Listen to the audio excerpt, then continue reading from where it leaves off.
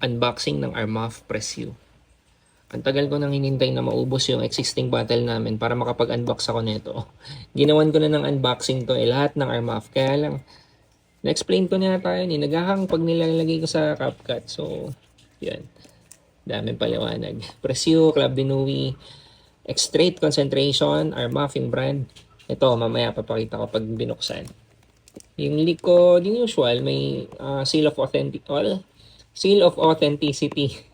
Armaf, Sterling Parfums, batch code. Okay, tanggalin na. Ay, sa ilalim nakalagay. Hindi ko mabasa. Mamaya. So, alternative sa Aventus Absolute ng Fed. Para sa akin, ito yung best alternative Okay na alternative yung sa AF9, yung Supremacy Collectors. Pero binibigyan ko to ng edge over doon. Tsaka, ganda-ganda talaga ako sa bote nito. Yung packaging, di ako masyadong into kung sa pagandahan ng packaging. Pero, bigay natin yung flowers dito. Ang ganda talaga ng packaging nito.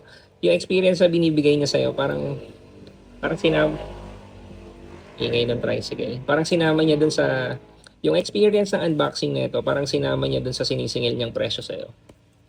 Maintindihan niyo ako pag nakita niyo. Wow. Dapat dire-diretso yun Napahiya ako dun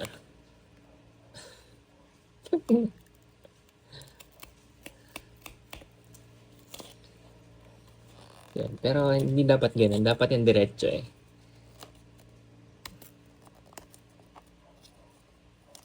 Yan. Okay. Collector's Pride. Sana yun. Ito, may goma siya na cover din. Teka lang, pakita ko yung ilalim, hindi ko mabasa kanina. My personal possession. Okay. Hindi ko napansin yan dati. Labas muna natin. Ito, goma. Club de Nuit, Armaf.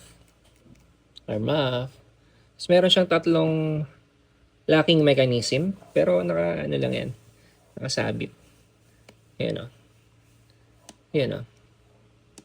o. Tapos, tanggalin mo lang siya. Hard plastic. Yung kanina hard carton na box, ito hard plastic. Diba? Nakailang bukas na tayo, hindi pa rin lumalabas yung bote. Ayan. Wala namang special na nakasulat. Yeah. May literature dito. Parang explanation lang siya kung ano yung amoy. So, ito, sent for the Royals.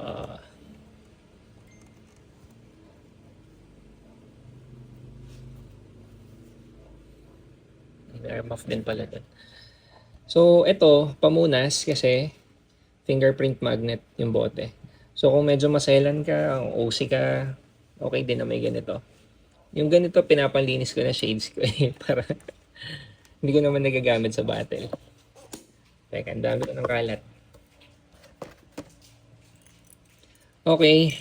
Ilang beses ko nang pinuri sa Facebook yung battle. Gustong gusto ko talaga yung itsura ng battle niya kasi tignan mo naman, sakto lang sa kamay, hindi ganun kalaki. Ang downside lang talaga nito, 55 ml lang siya. Yun lang. Pero bukod doon, wala akong masabing hindi maganda. Lahat sa kanya maganda. Yung juice mismo, ang premium. Ilang beses ko na tong inulit sa ibang videos, pati yata sa post sa Facebook. Yung quality niya, parang designer na. Lagpas ME na siya. Although, yung price naman kasi din is mataas. Tapos 55 ml lang siya. Pero, kung hindi topic yung presyo, lagpas ME talaga yung quality niya. Yung for the price niya, okay pa rin siya sa quality tsaka sa presentation. May batch code sa ilalim. Ang sleek. Yun yung lagi yung sinasabi. Ang sleek. SLEEK. Saan yung card?